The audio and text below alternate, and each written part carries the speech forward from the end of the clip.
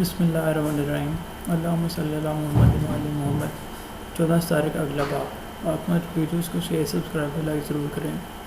بن داغم حانی ابن مثبت اسید ابن مالک۔ تاریخ میں ہے کہ امام صلی اللہ علیہ وسلم کی لاش کو اس طرح گھوڑوں کی ٹاپوں سے پامال کیا گیا کہ آپ کا سینہ اور آپ کی پوچھ ٹکڑے ٹکڑے ہو گئی۔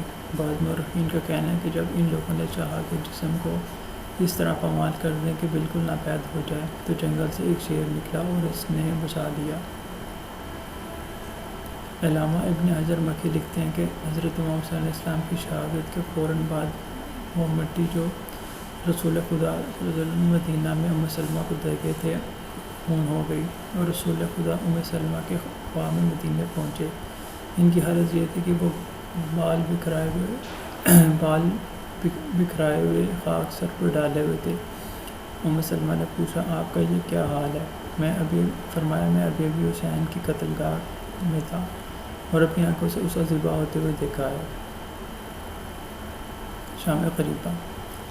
شہادت امام صلی اللہ علیہ وسلم کے بعد حسب وفادار نے اپنی پیشانی امام صلی اللہ علیہ وسلم کے خون میں رنگین کر کے اہل حرم میں خبر شہادت پہنچائی دی تھی، جس کی وجہ سے خیمے میں قرآن عظیم برپا ہی تھا کہ دشمنوں نے خیموں کا رخ کیا اور پہنچتے ہی خیموں میں آگ لگا دی اور سامان لوٹنا شروع کر دیا۔ اہل بیت رسول فریاد فغاں کی آوازیں بلند کر رہے تھے اور کوئی فریاد رس اور پرسان حال نہ تھا۔ تمام بیویوں کے سروں سے چادریں چھین لی، فاطمہ بنت حسین کے پیروں سے چاکلیں اتار لیں اور حضرت زینب و ام کلثوم کے کانوں سے گوشوارے کھینچ لیے۔ سید سجاد کے نیچے سے بستر کھینچ کر انہیں زمین پر ڈال دیا، الغرض ایک ایسا حشر برپا کر دیا جو نہ کسی کے ساتھ کبھی روا رکھا گیا تھا اور نہ اسے قبل سننے میں آیا تھا۔ ان حالات کو دیکھ کر ایک عورت جو قبیلہ بکر ابن دلائل سے تھی ایک تلوار کا ٹکڑا لے کر ان مخالفوں پر حملہ آور ہوئی جو آل رسول کو لوٹ رہے تھے۔ بعض روایتوں میں ہے کہ ایک بچے کے کرتے میں آگ لگی ہوئی تھی اور وہ باہر کی طرف بھاگ رہا تھا۔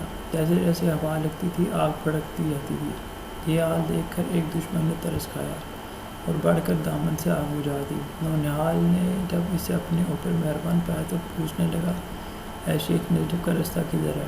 اس نے کہا اے فرزند اس کم سنی میں نجف کا رستہ کیوں پوچھتے ہو؟ فرمایا میں اپنے نانا کے پاس جا کر ان کے سامنے فریاد کروں گا۔ کتاب توازے میں ہے کہ یہ واقعہ جناب سکینہ کی طرف منسوب ہے۔ الغرض ظلم و جور کی انتہا ہو رہی تھی۔ کسی بیوی کے پشت پر تازیانے لگائے جا رہے تھے، کسی کے